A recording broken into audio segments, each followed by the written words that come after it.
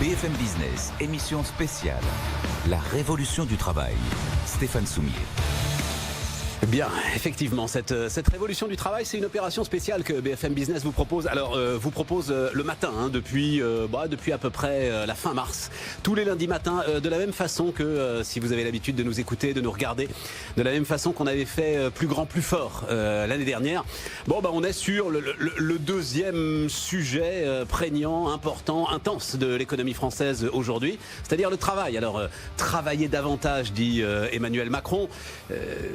Pardon, mais la façon de le décoder, c'est évidemment essayer de mettre au travail aujourd'hui ceux qui n'y sont pas. Et puis peut-être trouver de nouvelles formes de travail. Et ce qui va nous intéresser là ce soir, alors cette opération évidemment, elle va parler du chômage, elle va parler de la formation, elle va parler de la compétitivité, elle va parler de l'investissement, elle va parler de la robotisation et puis elle va parler de l'immobilier. Il y a un sujet sans doute, et d'ailleurs c'est l'une des grandes thèses de Robin Rivaton, l'économiste spécialiste de l'immobilier qui est avec nous ce soir et qui a écrit un bouquin qui s'appelle La ville pour tous, sans doute sous-estimé par l'ensemble des parties prenantes, l'ensemble des décideurs politiques, y compris d'ailleurs peut-être par les citoyens, l'influence que peut avoir d'une manière générale d'ailleurs l'immobilier sur la cohésion de la société, mais particulièrement sur le travail. Donc on va discuter de tout ça. Méka Brunel est avec nous. Bonsoir Méka Brunel. Bonsoir. Merci beaucoup de venir nous voir, directrice générale de Gecina. Je dis un mot de Gecina. Gecina, alors groupe coté, c'est 10 milliards d'euros de valorisation boursière à peu près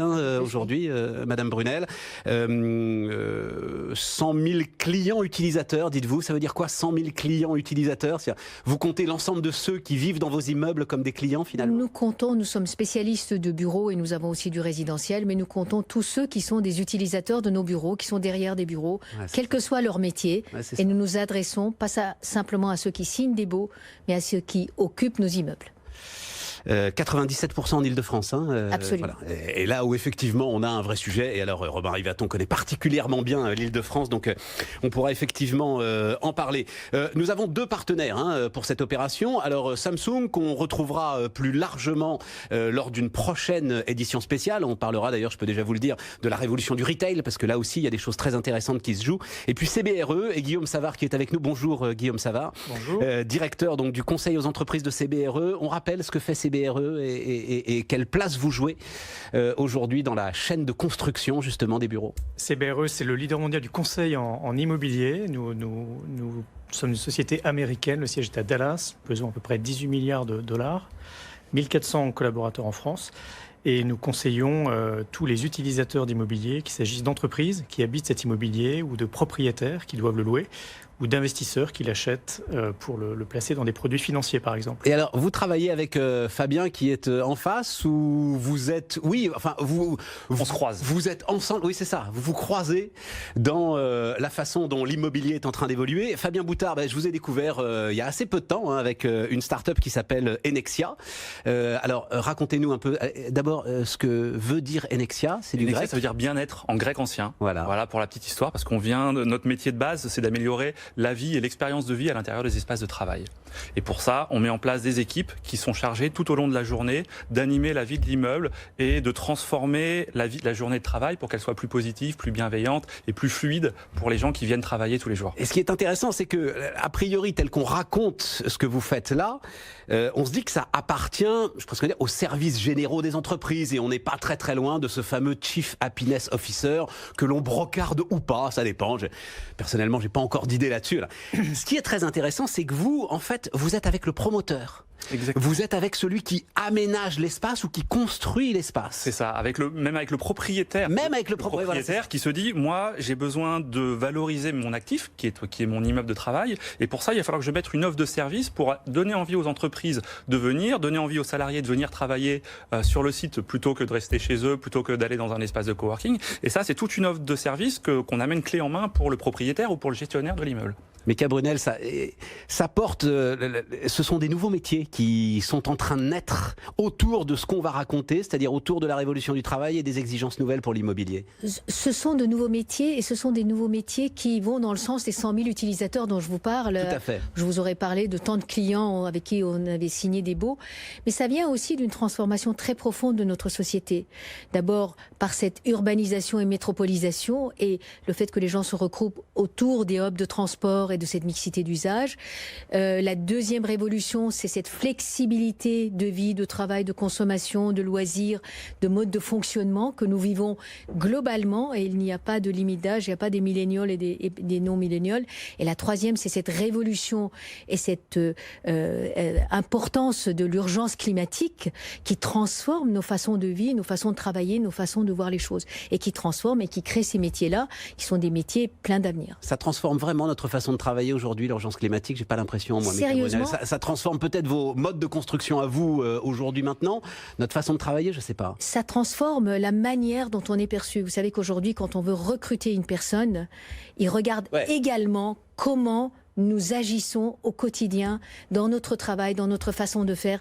Le social et l'environnemental qui forment la RSE deviennent très importantes et deviennent très importantes dans les discussions que nous avons à tous les niveaux. Donc cette transformation est une transformation perceptible au quotidien.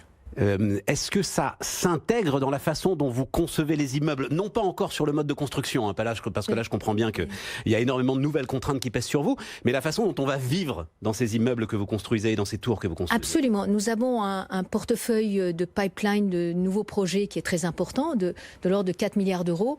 Et dans cet environnement-là, aujourd'hui, nous tenons compte de l'utilisateur final, y compris dans toute la réflexion de conception. Nous tenons compte des services qu'on doit mettre en place, la manière dont on doit gérer l'immeuble, les capteurs qu'on doit mettre en place, la domotique qu'on doit mettre en place, ce qu'on n'aurait pas fait il y a quelques années de ça. Il y avait quelqu'un qui construisait, quelqu'un qui achetait, quelqu'un qui louait, quelqu'un qui occupait, et voilà, et ainsi de suite. Et vraiment, c'est une transformation totale qu'on voit dans nos façons de vivre et de travailler. Vous allez travailler avec Enexia, Madame Brunel? Je serais ravi de... Pourquoi pas? Une collaboration. Moi, je porte le dynamisme, hein, vous savez, des jeunes entrepreneurs, donc voilà. Mais je suis ravi de vous avoir mis à côté et je serais ravi qu'une collaboration... Je suis sûr qu'on se verra et merci pour cette invitation. Commence à naître. Robin Rivaton, je vais vous citer, et citons les grands auteurs. Le désintérêt, donc c'est en partie le cœur de votre bouquin qui s'appelle La ville pour tous. Alors à l'intérieur, on aura peut-être le temps d'en parler dans la deuxième partie de cette émission. Il y a, vous repensez une fiscalité globale de l'immobilier, mais là on va s'intéresser plutôt à ce que vous dites sur le désintérêt des gouvernements, des économistes et des régulateurs pour les sujets immobiliers les empêche de voir à quel point le dysfonctionnement du marché du logement, et je vais vous demander est-ce que c'est la même chose pour les bureaux, est un enjeu majeur de politique publique. Oui, je pense que l'immobilier au sens large et plus particulièrement le logement aujourd'hui sont un enjeu majeur de politique publique parce que c'est ce qui dicte la vie des gens. C'est-à-dire qu'aujourd'hui, c'est là où on veut habiter, c'est ce qui conforme notre environnement du quotidien, c'est là où on va nos enfants, à quelle école ils vont aller, et c'est déterminé par notre localisation. Et notre localisation, elle est déterminée par cet immobilier. Donc c'est un enjeu extrêmement fort. C'est plus vrai sur le résidentiel que sur le bureau, tout simplement parce que les réglementations sont plus fortes sur le résidentiel, que le marché est moins liquide dans le résidentiel, alors qu'il est plus liquide sur le bureau, qu'il y a plus des gros professionnels, des gros acteurs sur le bureau, et donc qui sont plus à même de sentir les besoins des nouvelles tendances, qui sont plus à même capables de restructurer un immeuble, que comme il y a parfois un seul propriétaire par immeuble, il est capable de décider de vouloir complètement refaire son immeuble. Quand vous avez une copropriété où il y a 50 copropriétaires à l'intérieur de la copropriété, il est dur de le dire, je vais rénover l'immeuble d'un point de vue énergétique, je vais le transformer du point de vue des usages, et ainsi de suite. Oui, mais Cabrunel disait tout à l'heure, nous construisons des immeubles et les gens et des immeubles de bureaux et les gens vont alors se rassemblent, vous avez dit, mais Cabrunel aimerait bien pouvoir se rassembler en fait autour de ces lieux de travail et autour de ces créations d'emplois. Le sujet, il est là aujourd'hui, Robin Rivaton. C'est-à-dire qu'il faut créer les conditions nécessaires pour que ce rassemblement soit possible. Exactement. Aujourd'hui, on a travaillé depuis une dizaine d'années à une transformation du cadre de travail. C'est pas du tout fait. Si on prend le parc francilien, on a 2 millions, 3 millions de mètres carrés de bureaux obsolètes. C'est-à-dire qu'ils ne répondent pas à la demande d'un point de vue énergétique, d'un point de vue des usages, d'un point de vue de beaucoup de choses. Donc, on a encore énormément de travail, mais on a entamé ce travail de restructuration de l'offre de bureaux. Et maintenant, ce qu'il faut, et ça, je pense que c'est un combat qu'on devrait porter, pour moi qui est un combat de tous les jours, c'est qu'on a restructuré cette offre de bureaux, elle est de plus en plus centrale, elle est de plus en plus concentrée dans quelques hubs. Il faut maintenant restructurer l'offre de logement résidentiel qui va à côté de ces bureaux, qui doit permettre d'éviter ce qui a été quand même un choix politique mortifère des 30 dernières années, qui a été l'étalement urbain, et on fait déplacer des gens par vagues de transports en commun ou de voitures individuelles à 30, 50, 100 km de leur lieu de travail. Guillaume Savard, quand CBRE rencontre un client, une entreprise qui va décider d'un siège social, Est-ce que, enfin, je sais pas, il y a par exemple un mapping des endroits où habitent les salariés pour commencer à réfléchir à cette question-là? Absolument, on le fait systématiquement désormais.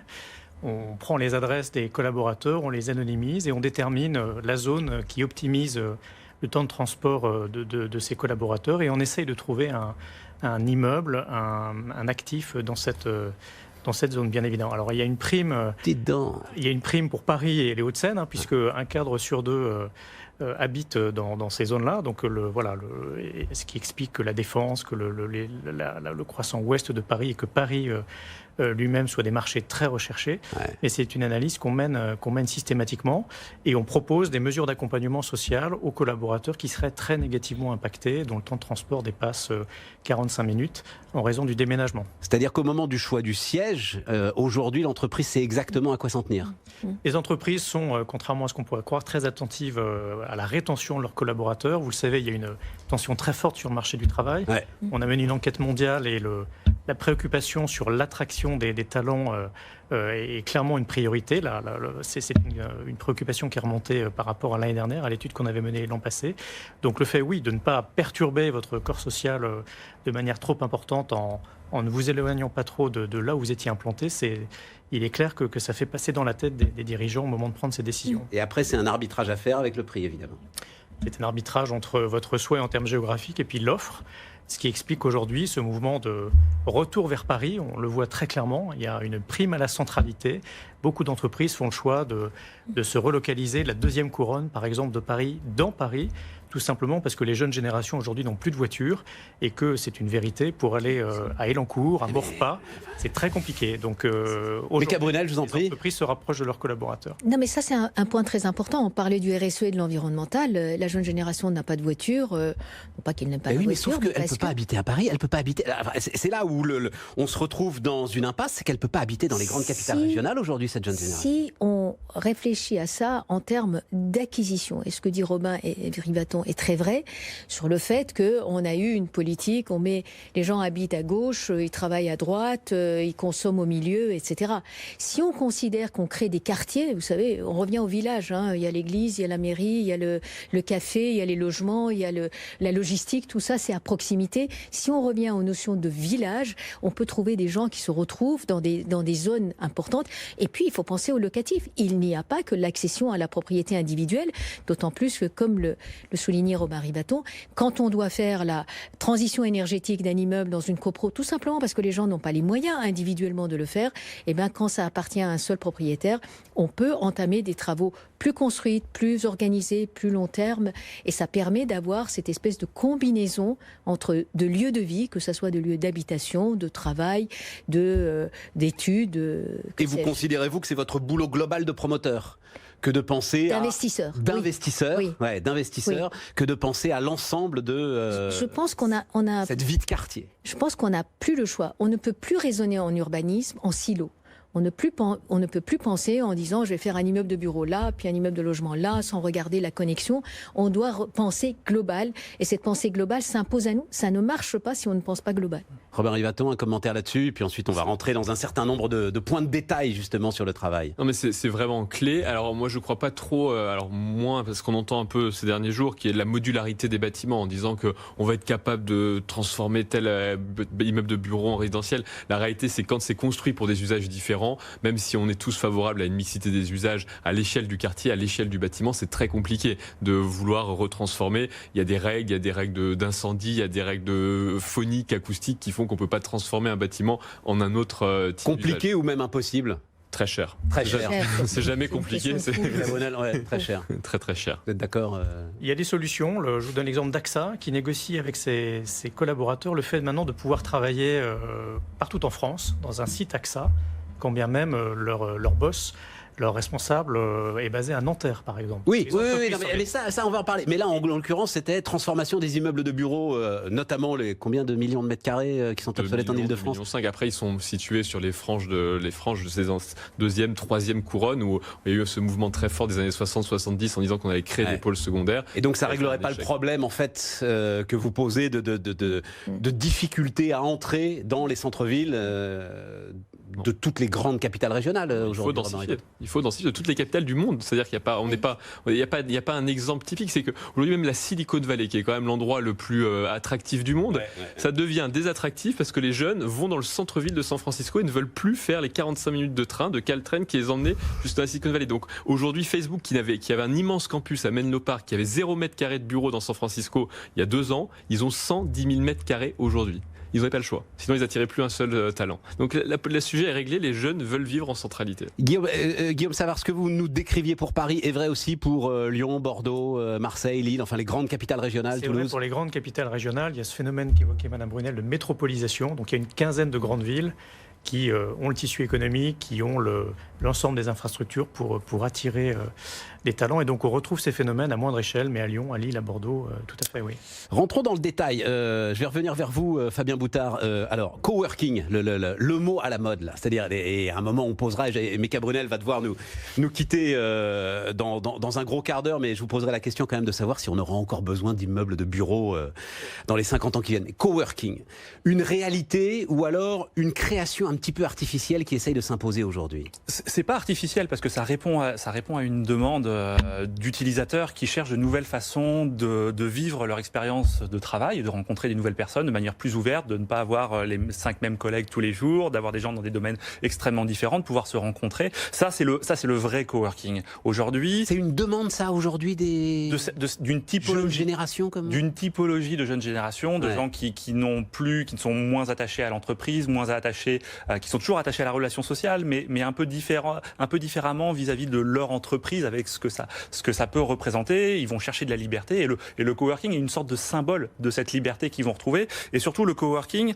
aujourd'hui, on va privilégier la notion de service par rapport à la notion d'espace. C'est-à-dire que maintenant, je m'en fiche d'avoir mon petit bureau fermé de 10 mètres carrés qui va montrer mon standing social parce que je peux fermer la porte et j'ai des stores qui sont plus sympas que ceux de mon collègue. Je suis dans un espace ouvert, j'ai un peu moins d'intimité, par contre j'ai plus de relations sociales et ce qui va m'intéresser, c'est le café, c'est les échanges, c'est les animations, c'est les événements, les rencontres, les meet-up, tout ça, et c'est ça que vont chercher une grande partie de ces nouvelles générations. Et c'est en ça que le coworking a amené cette notion de service à l'intérieur de l'immobilier qui a été plutôt salutaire. Après, je vais laisser les investisseurs répondre sur le volet financier et oui, mais et vous durable. êtes au contact de la demande des entreprises, donc c'est ça qui m'intéresse. C'est une demande aujourd'hui, c'est une demande qui fait. Ouais, il nous faut du coworking, il faut que vous nous trouviez des endroits. Il faut trouver de nouvelles façons, de nouvelles offres de travail, d'espace de travail pour les nouveaux collaborateurs que l'on veut attirer. Leur proposer un bureau fermé de standing, aujourd'hui, c'est pas ça qui va les faire venir. Avec la place de parking qui va bien. Avec la place de parking, aujourd'hui, voilà, la place de parking. C'est exactement ça. Par contre, l'afterwork où ils vont pouvoir boire un coup tous ensemble avec des gens qui ne connaissent pas et tout ça à la fin, ça, nous on le voit dans les immeubles où on a développé ces services-là, dans des zones qui sont pas forcément hyper attractives, les entreprises viennent et se disent mais là on va retrouver une expérience de vie, on va avoir nos collaborateurs vont vivre un moment, vont avoir une qualité de vie qui va compenser le fait qu'on est un peu moins bien placé. Et du coup on voit des taux de remplissage à partir du moment où on met en place les services. Nous c'est un peu ça notre KPI quand on travaille avec des investisseurs, c'est est-ce que j'arrive à attirer des nouvelles entreprises dans mon immeuble, et à partir du moment où on met en place le service. Meka Brunel, il y a comment est-ce que l'investisseur effectivement regarde cette demande sur le coworking là dont on nous dit que c'est une lame de fond? Je pense que là encore, c'est une transformation sociétale profonde. Nous avons lancé avec un think tank que nous avons monté il y a 2 ans avec 5 autres foncières européennes, allemandes, italiennes, espagnoles, anglaises et hollandaises. Nous avons lancé une étude, Harris Interactive, un focus group, vous savez, comme pour lancer un produit, en se posant quand même une question, ces 6 foncières sont plutôt spécialisés dans le bureau, comme nous qui en faisons partie. Et nous avons posé la question à des focus group dans chacun des pays.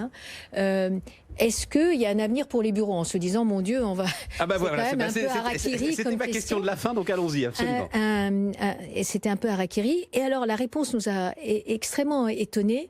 C'est que oui, il y a besoin de bureaux, de lieux de travail, pour exactement les raisons qui sont indiquées aujourd'hui, qui est le fait de se rencontrer, de travailler ensemble, d'être en transversal, de partager, et ne pas être simplement dans les temps modernes de Charlie Chaplin, donner un coup de vis au boulon en avançant. Donc ça, c'est cette transformation qu'on a vue. La deuxième chose, c'est qu'il n'y a pas de notion de millennials, que l'on soit jeune ou vieux. D'ailleurs, les millennials vieillissent d'1 an tous les ans.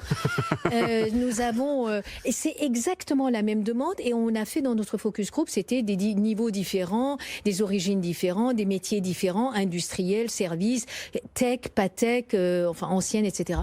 Le troisième point important, c'est tout l'aspect social et environnemental, l'importance qui a été donnée dans les demandes qui étaient faites et l'importance des services et de l'accompagnement. Et vous parlez de coworking. En vérité, il y a différentes formes de coworking. Il y a la notion de ce que WeWork a inventé, qui est le côté sympa, etc. On mange des hamburgers et des chips et on boit de la bière le soir. Donc, non, je ne crois pas que ce soit juste ça, WeWork. Non, mais c'était au début, c'était un peu autour de ça. Ouais. Aujourd'hui, le coworking, c'est plus que ça. C'est-à-dire que les grands utilisateurs, ce qu'ils demandent, je pense que je peux parler sous votre contrôle et le vôtre, et bien sûr Robin, et ce qu'ils demandent, c'est que quand ils ont besoin de lancer un projet, une idée, un groupe de travail, un nouveau produit, ils doivent trouver très facilement des bureaux prééquipés. Ils veulent pas signer un bail. Donc c'est la transformation des services généraux qui deviennent des directions stratégiques d'entreprise en matière de l'immobilier, qui devient un outil de travail en fait. C'est pas le prestige, le fait d'avoir le nom sur la devanture. C'est un outil de travail comme un autre. Ils veulent des bureaux prééquipés. Ils veulent pas signer un bail, puis acheter les meubles, puis signer le contrat avec l'EDF, demander à ce qu'on livre la nourriture, etc. C'est cette transformation qu'on voit chez les grands groupes. En revanche, c'est ce qui fait qu'on ne va plus en périphérique. Quand on parle de 2 millions de mètres carrés obsolètes, on parle sur un marché qui est le plus grand marché européen, qui est Paris, qui est 57 millions de mètres carrés. Mais c'est beaucoup. Mais ils ne vont pas en 3e couronne pour payer moins cher, parce que ce qui est important, c'est d'avoir la capacité de lancer dans une guerre mondiale de compétitivité pour tous nos métiers. Et la mondialisation, on doit pouvoir lancer le produit et on ne veut pas être pris dans des opérations, je dirais, administratives de quelque nature que ce soit. Robin, Guillaume, commentaire là-dessus? Ce qui est sûr, c'est qu'on évolue d'une situation où aller travailler dans un immeuble était une situation subie. Ouais. Ça fait que maintenant, en tant qu'entreprise, vous devez faire de votre siège social, de vos bureaux, un immeuble de destination. Ah, c'est ça. On a envie d'y venir. Et pour reprendre l'image du porte-avions, vous venez vous ravitailler en vous posant sur le porte-avions, renouveler votre affectio societatis, votre lien avec votre entreprise en rejoignant ces bureaux. Et en fait, vous n'y venez pas tellement pour travailler au sens vous asseoir derrière un bureau et rédiger vos notes de frais. Vous y venez parce que vous avez besoin d'interagir, parce que vous avez besoin de voir votre boss, parce que votre PC ne marche plus. Donc on passe d'une logique où je viens tous les jours à un endroit en ne me posant plus la question de la raison pour laquelle j'y viens, et beaucoup plus, je viens au siège social ou dans tel immeuble de bureau parce que j'ai des choses très très précises à y faire. Et j'y trouve des infrastructures que je ne peux pas trouver ailleurs. C'est intéressant parce que l'utilisation de destination, c'est le commerce qui l'a utilisé le premier. Les grands centres commerciaux qui font des shows. Ouais, voilà, c'est ça. Et donc le commerce par destination, Robin Rivaton, c'est en train de changer la donne parce que je crois quand même que ce quotidien qu'on raconte là n'est quand même pas encore le quotidien de 80% de la population active qui travaille dans les open space aujourd'hui. Exactement. Il y a un vrai travail, comme je disais, de renouvellement, de restructuration de cette offre, mais qui est très puissant. Donc on le sent que de toute façon on n'y échappera pas. Moi je vois 3 générations dans le bureau. Il y a Office as a Service, c'est vraiment la flexibilisation du bureau en disant vous n'allez pas prendre un bail de 2 fois de 3,69 très long, vous allez pouvoir faire payer au mois le mois. Ça aussi c'est quand même une révolution très importante, et vous allez payer un bouquet de services. Donc vous n'allez pas embaucher quelqu'un à l'accueil, acheter du café, c'est un bouquet de services. Ça c'était la première étape, Office as a Service. Le deuxième c'était Office as a Community, en transformant, en disant les gens autour de vous, d'habitude dans un bureau c'est plutôt une plaie, quoi. On ne choisit pas ses voisins. On va faire en sorte que les gens à côté de vous, ça va devenir vos clients, vos fournisseurs, vos amis même. Et ça, c'est la promesse WeWork, en disant on va mettre un bar en haut de l'immeuble et vous allez vous rencontrer. Et donc on passe de Office as a Service à Office as a Community. Et après, il y a la 3e étape qui est Office as a Hub. Et là, en fait, une communauté, si elle tourne que sur elle-même, elle meurt. Donc on est obligé de faire venir des gens de l'extérieur, et ça rejoint la notion de destination. Par exemple, il y a 2 ans, WeWork a acheté Meetup. Meetup, ça aide à organiser des événements. Quand on a vu ça, on s'est dit mais pourquoi?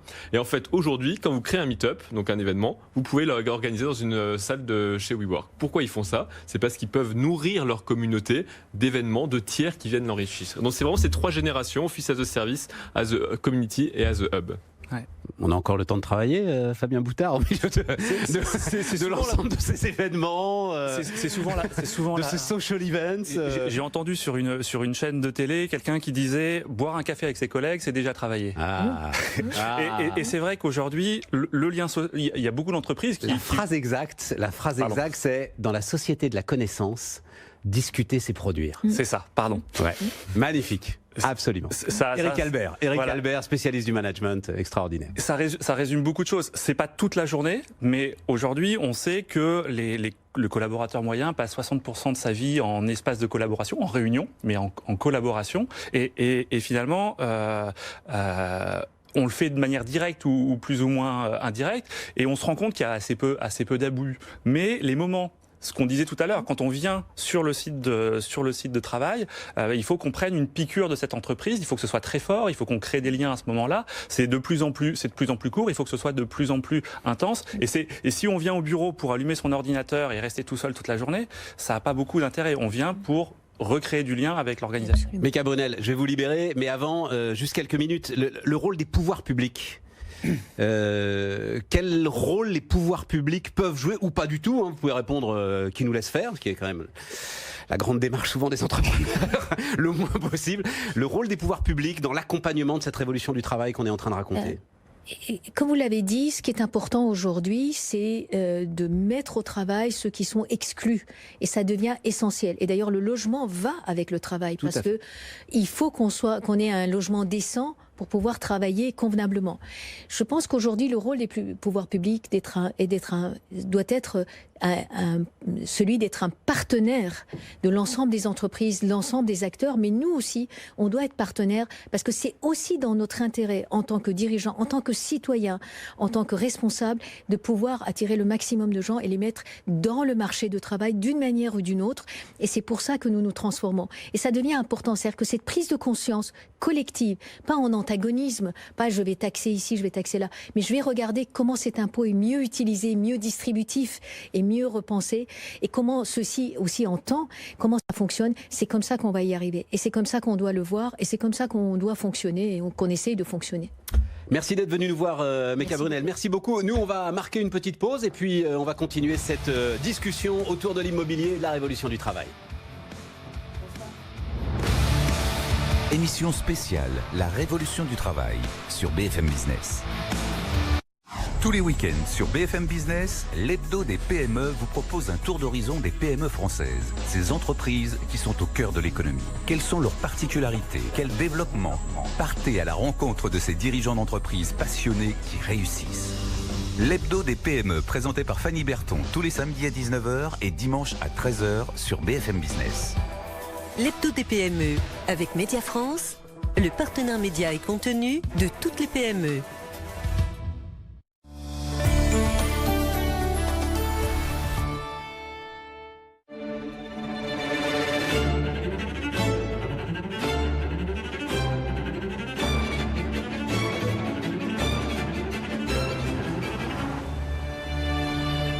Jaguar E-Pace, à partir de 399 € par mois sans apport, garantie et entretien inclus. Le refuge héberge et accompagne les jeunes homosexuels et les jeunes trans de 18 à 25 ans, rejetés par leurs parents.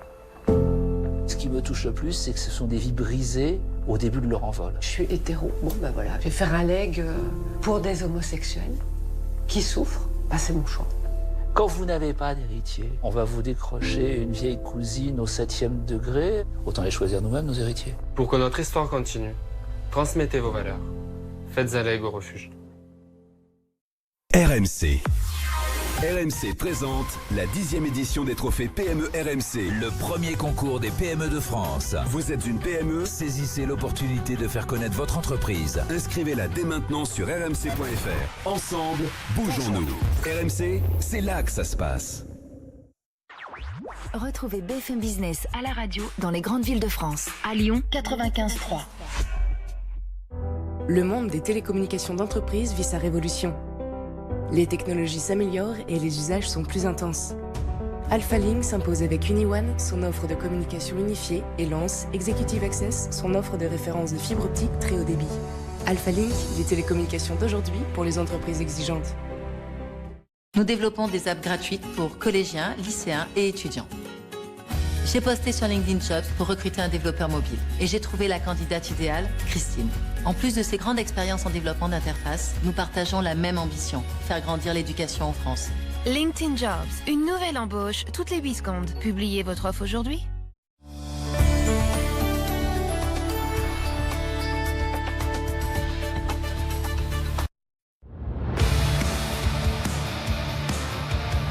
BFM Business, émission spéciale. La révolution du travail. Stéphane Soumier. CBRE, ils sont avec nous. Guillaume Savard est avec nous, le directeur du conseil aux entreprises de CBRE, l'économiste Robin Rivaton, votre dernier bouquin, Robin, La ville pour tous, qui parle bien davantage d'ailleurs du résidentiel que de l'immobilier de bureau, mais on a vu que les deux étaient liés. Puis Fabien Boutard, cofondateur de Enexia, et Fabien Boutard essaye de mettre du bonheur dans la vie de bureau, voilà, pour que la vie de bureau soit attirante, et c'est le boulot d'Enexia. Et vous conseillez les promoteurs, vous conseillez ceux qui aménagent les bureaux, et non pas les entreprises, enfin, in fine, c'est aussi des entreprises, mais c'est ça qui est aujourd'hui très intéressant. Guillaume, vous me racontiez quelque chose que moi aussi j'avais connu, la Société Générale m'a raconté la même chose. C'est-à-dire, là en l'occurrence c'était AXA, c'est vrai aussi je crois pour les banques, c'est-à-dire que l'ensemble alors des agences bancaires ou des agences d'AXA servent en fait de bureaux partagés.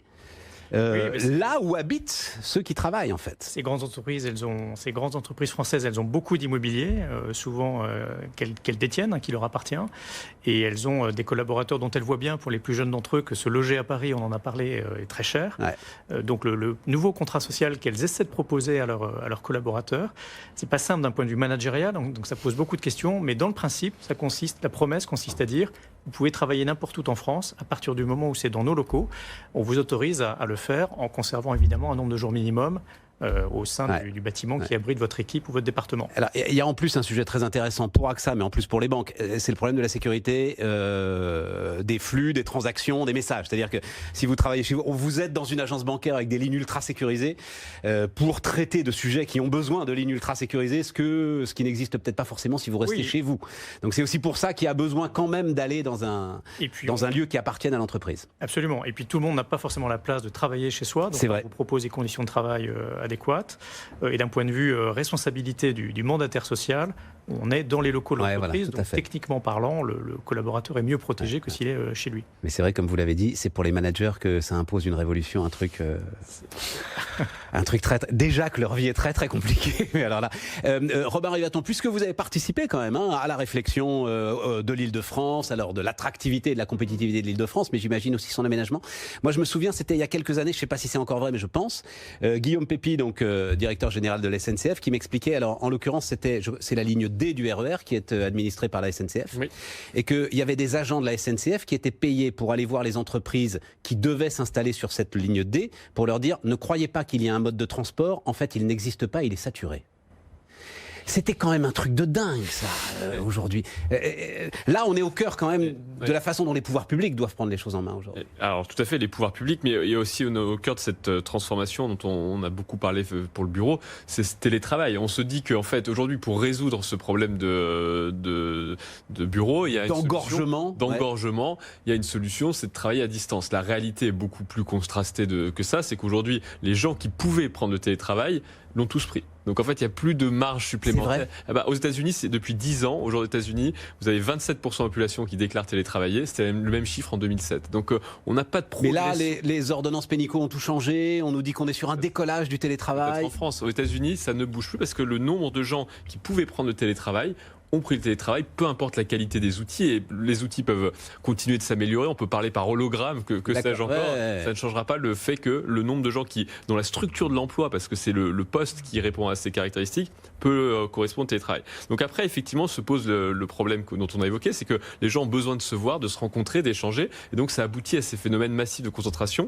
Et le problème, c'est celui des transports, puisque le logement n'est pas directement relié au bureau. En tout cas, il peut pas être totalement mis à côté ou à proximité. Et donc, on est obligé de déplacer ces grandes masses. Et donc, c'est soit par la voiture individuelle, dont on voit bien toutes les limites actuelles, soit par les grands déplacements pendulaires que sont le RER en Ile-de-France ou les Transiliens. Et aujourd'hui, c'est effectivement un réseau qui, pour l'essentiel, est saturé et dont la mise à niveau, l'augmentation capacitaire est extrêmement coûteuse, provoque beaucoup de problèmes parce que ça bloque en général le trafic pour le mettre. Mais c'est ça, c'est un cercle vicieux qui est. On le voit d'ailleurs avec le Charles de Gaulle Express en ce moment et cette espèce de dilemme qu'a la région Île-de-France. Et on voit qu'il y a une réponse en transport qui est assez simple, c'est qu'à chaque fois en fait qu'on ouvre des nouvelles lignes, on se pose la question de savoir si c'est rentable ou pas. Mais en fait, la question c'est que c'est toujours la capacité est toujours remplie en fait. Pour l'instant, on n'a jamais ouvert une ligne et on s'est dit on l'a ouvert, elle sert à rien. Ça n'arrive pas. Donc à chaque fois, quand les lignes de tramway qu'on a ouvertes à Paris, on s'est dit on va voir si ça marche et au final c'est saturé, c'est déjà saturé. Donc c'est systématiquement comme ça. Oui, Guillaume Savard. Deux choses pour élaborer sur le point de Robin Rivaton. Quand on aura livré l'ensemble des infrastructures du Grand Paris, si on se compare à Londres, on aura toujours 2 fois moins de kilomètres de métro et d'équivalent à Paris. Donc on voit qu'il y a encore un très par rapport au Grand Londres. Par rapport à London Central, qui est le Grand Londres. Donc on voit que le rôle des pouvoirs publics, 2 fois moins. Quand ils auront livré le Grand Paris, il y aura encore un retard en matière de nombre de kilomètres de transports en commun. Et sur le travail à domicile, je pense qu'on le présente comme un mode d'organisation. C'est plus une facilité qu'on propose aux collaborateurs. En France, il y a à peu près 7% de collaborateurs qui déclarent du travail à domicile officiel et 20% officieux. Donc là, je rappelle juste que ce qu'ont changé les ordonnances Pénicaud, c'est qu'aujourd'hui, pour vous refuser du télétravail, il faut avoir un motif précis. Voilà. Que par défaut, on est obligé de vous l'accorder. Mais les gens sont très contents de venir travailler dans leur entreprise. Et en fait, on voit qu'effectivement, l'appétit pour le fait de travailler seul chez soi, à côté de son chat, n'est pas forcément là. Donc, je rejoins assez le point de Robin Rivaton sur le fait que on ne révolutionnera pas le monde du travail en offrant plus de home office. C'est une facilité qui est bienvenue et qui est très nécessaire. Comment est-ce que vous réfléchissez? Parce que vous parlez du Grand Paris, ça m'intéresse. Évidemment, ça intéresse tout le monde aujourd'hui. Qu'est-ce qui va se faire en réalité? Qu'est-ce qui ne va pas se faire? Et vous conseillez des entreprises qui ont des projets sans doute à 4-5 ans et qui sont obligées finalement de faire une sorte de pari sur la détermination des pouvoirs publics à aller au bout de l'ensemble de leurs projets. Aujourd'hui, la vraie difficulté à laquelle on est confronté, puisqu'on est dans les mêmes affres que nos clients, c'est que le temps des entreprises c'est drastiquement rétréci. Les gens ont du mal aujourd'hui, un directeur financier a du mal à réfléchir à 2-3 ans. Et effectivement, le temps de l'immobilier est très long. Et donc, ça se traduit par une prime aujourd'hui à des secteurs, à des quartiers très établis. Et donc, les entreprises ne vont pas repousser un projet de relocalisation, de consolidation, de regroupement. On ne prend pas le risque. En attendant les infrastructures, on ne prend pas le risque. Et donc, la prime va à Paris, à la Défense, à la dorsale de la boucle Nord, à des secteurs déjà très, très établis et très installés. Robin Rivaton. Oui, et puis ça va être un désengorgement. Alors encore une fois limité, on reste sur la zone dense de l'Île-de-France. Il faut bien avoir en tête que le Grand Paris, on est bien loin du RER qui dans les années 70 allait chercher les villes nouvelles à 50, 60, 70 km de Paris. Là on est à 20 km de Paris pour l'essentiel. Donc on reste quand même au cœur de la zone dense. Et ça va avoir un phénomène de libération plutôt du logement. C'est-à-dire qu'on va plutôt on va pas recréer un quartier d'affaires. C'est très compliqué de créer un quartier d'affaires. Il y a ces effets d'agglomération qu'il faut qu'aujourd'hui dans l'économie actuelle, il faut être à côté de son concurrent. C'est-à-dire qu'il faut être la tour voisine de son concurrent. Faut pouvoir et avoir un étage de plus. Et pouvoir voir qui l'embauche, pouvoir débaucher. Ça quand même un étage de plus, non? Ah oui, non, bien sûr, mais pouvoir débaucher ses salariés, voir sa croissance, surveiller. Donc créer un nouveau quartier d'affaires, c'est très compliqué et honnêtement, je pense pas qu'on voit émerger, en tout cas pousser comme ça dans le cas du Grand Paris Express. Mais par contre, on aura de nouveaux quartiers de logement. Et après, se posera la question effectivement de capable de déplacer ces personnes vers les lieux de travail. Robin, donc vous êtes à la tête aussi de Real Estate, c'est-à-dire que je ne sais pas si alors Enexia fait partie. Ah bah oui, fait partie du truc. Au-delà d'Enexia, donc sur quel point de friction les startups que vous accompagnez dans le monde du travail évidemment peuvent apporter? Donc on a vu le coworking, on a vu l'ensemble de ce qui pouvait rendre la vie de bureau supportable. Sur quels autres points est-ce que vous les voyez travailler aujourd'hui? C'est vraiment beaucoup de ces startups ont offert des services que les grands gestionnaires d'espace n'étaient pas capables d'appréhender. Je pense parce qu'il y avait un problème aussi générationnel de formaliser cette demande. C'est une demande qui, même si elle n'est comme disait Mecca Brunel, n'est pas réduite, ne se réduit pas qu'à une population jeune, a été d'abord exprimée par cette population. Donc je pense qu'il y a vraiment cette capacité à saisir ces nouveaux services. On les voit de plus en plus maintenant s'interfacer le logement, l'immobilier de bureau avec les ressources humaines. Et donc ça a d'abord commencé par la réservation des salles, mais de plus en plus les annuaires, mais de plus en plus on voit vraiment cette intrication, la capacité de dire tu vas te placer ici parce qu'en fait c'est avec cette personne que tu vas travailler demain, c'est avec cette personne que tu vas pouvoir nouer le plus de business à l'intérieur même des entreprises, pas forcément entre entreprises. Et donc ça c'est vraiment cette intrication qu'on voit, c'est la capacité à mixer l'espace physique avec le développement des talents au sein de l'entreprise. Y compris l'organisation des réunions et des éléments comme ça, c'est-à-dire que là où commence ou finit l'immobilier, mais Nexia en est le meilleur exemple, c'est de plus en plus compliqué à définir en fait. Nous on vient du management, à l'origine on n'était pas dans l'immobilier. Exactement. On est venu du management, on s'est dit le monde du travail est en train de se transformer, sur quoi on doit jouer, les espaces et les moments à l'intérieur de la journée de travail sont importants, et c'est comme ça qu'on a atterri dans l'immobilier en se disant le bon outil aujourd'hui pour transformer les entreprises de l'intérieur, et on parlera aussi peut-être de digitalisation, parce que la digitalisation de l'immobilier accompagne la digitalisation de l'entreprise. C'est en transformant le travail qu'on transforme l'immobilier, et nos interlocuteurs aujourd'hui, c'est plutôt les DRH que les directeurs immobiliers. Alors allons-y, parlons-en de digitalisation. Il se trouve que récemment, là, mais il va venir nous voir d'ailleurs très bientôt, le fondateur de Snips, qui travaille dans l'intelligence artificielle, qui réfléchit beaucoup à ces questions. Et qui nous a raconté un immeuble de bureau qui, en gros, écoute en permanence ce que vous dites pour être en permanence prêt, alors dans son esprit, à vous rendre des services. Mais c'est un monde qu'il décrivait assez effrayant. En gros, une espèce d'Alexa, une tour de bureau qui réagisse comme une enceinte connectée. Ouais. C'est vers ça qu'on va aujourd'hui. C'est les technologies sur lesquelles travaille WeWork, de mettre des capteurs partout sous chaque chaise, de savoir si cette chaise-là est pas occupée pendant 2 jours, je vais la déplacer parce que ça veut dire que l'emplacement il est pas intéressant. Et au prix du mètre carré, on peut comprendre ce type de logique. Alors, ça va être 2 directions. Cette direction-là, elle est très digitale, et on revient finalement à l'immeuble en tant que bien, en tant qu'actif pur. Et je pense que la vérité est entre cet immeuble social, lieu social, agora de vie, presque quartier de vie, et ce côté très clinique de la vision d'un immeuble. Big Brother, quoi. C'est-à-dire que même dans les émissions de télé-réalité, à un moment, ils ont dit qu'il fallait une salle où il n'y ait pas de caméra et personne qui écoute et personne qui regarde, quand même. C'est ça. Et nous, la force des Nexia aussi. Alors, c'est pas une. Si, dites du bien de votre. Allez-y, n'hésitez pas. Vous êtes là pour ça. Je suis ravi. Et la force que le secteur de l'immobilier s'occupe de la qualité de vie au travail. Pour nous, c'est plus intéressant que ce soit ces acteurs-là plutôt que le DRH. Ouais. Parce que je lui dis, voilà, on fait des choses pour moi, mais c'est pas mon entreprise qui essaye de me cacher quelque chose ou d'en apprendre sur moi. C'est le propriétaire de l'immeuble, c'est le gestionnaire de l'immeuble. Et en ça, c'est beaucoup plus positif, c'est plus bienveillant. Et les gens qui viennent nous voir dans le cadre de nos services le font de manière beaucoup plus ouverte que s'ils devaient aller voir le RH ou le DRH. Et pour autant, ça fonctionne aussi bien. Ouais.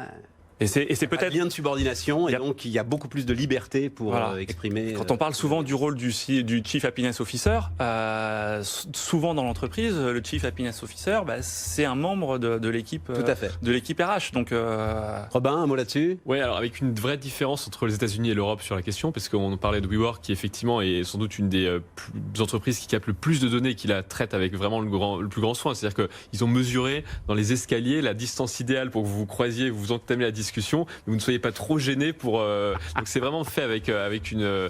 Un jour, le CTO de WeWork nous dit on peut mesurer le degré d'attention dans les salles de réunion des gens face à vous.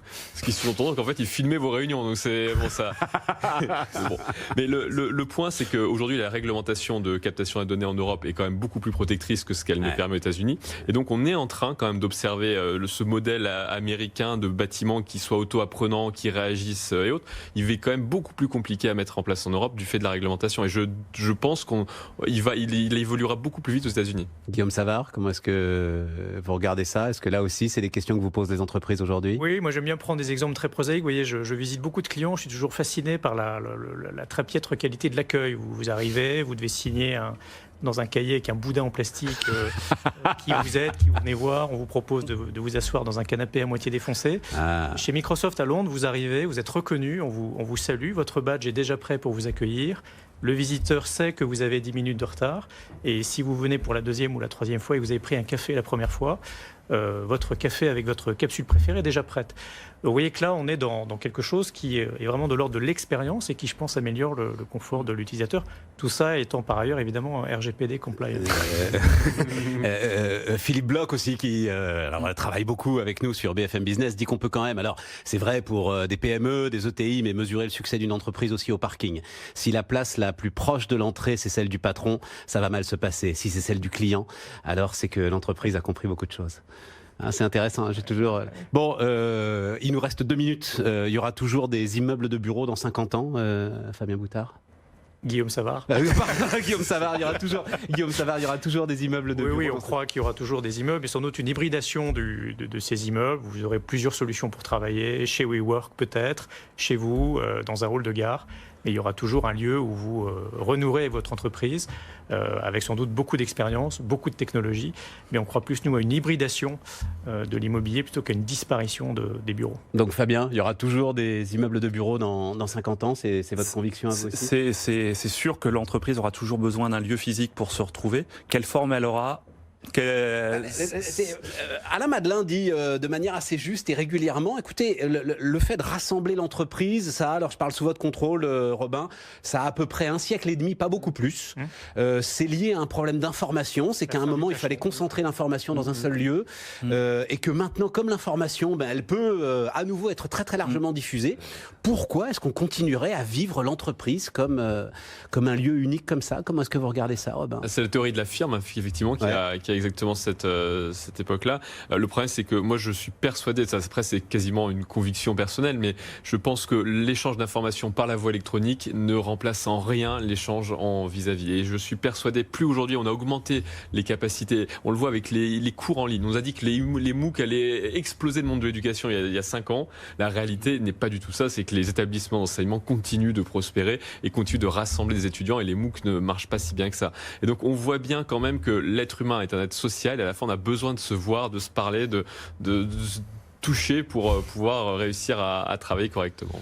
Bon, merci messieurs. Merci messieurs. Je remercie encore Mecca Brunel qui nous a accompagnés durant la première partie de cette émission. Robin Rivaton, votre bouquin La ville pour tous, repenser la propriété privée. Si vous êtes propriétaire immobilier et si vous avez envie de vous énerver un week-end, lisez le bouquin de Robin Rivaton. Je vous promets, c'est assez spectaculaire. Guillaume Savard, donc on se retrouve dans un mois environ et on parlera ensemble alors d'immobilier commercial pour le coup et de retail. Fabien, merci beaucoup de nous avoir accompagnés. Oui. Fabien Boutard, donc le cofondateur d'Enexia. Voilà, on se retrouve pour une nouvelle édition spéciale, donc dans 3 semaines environ, autour de la révolution du travail. Bonne soirée à vous. Émission spéciale, la révolution du travail sur BFM Business.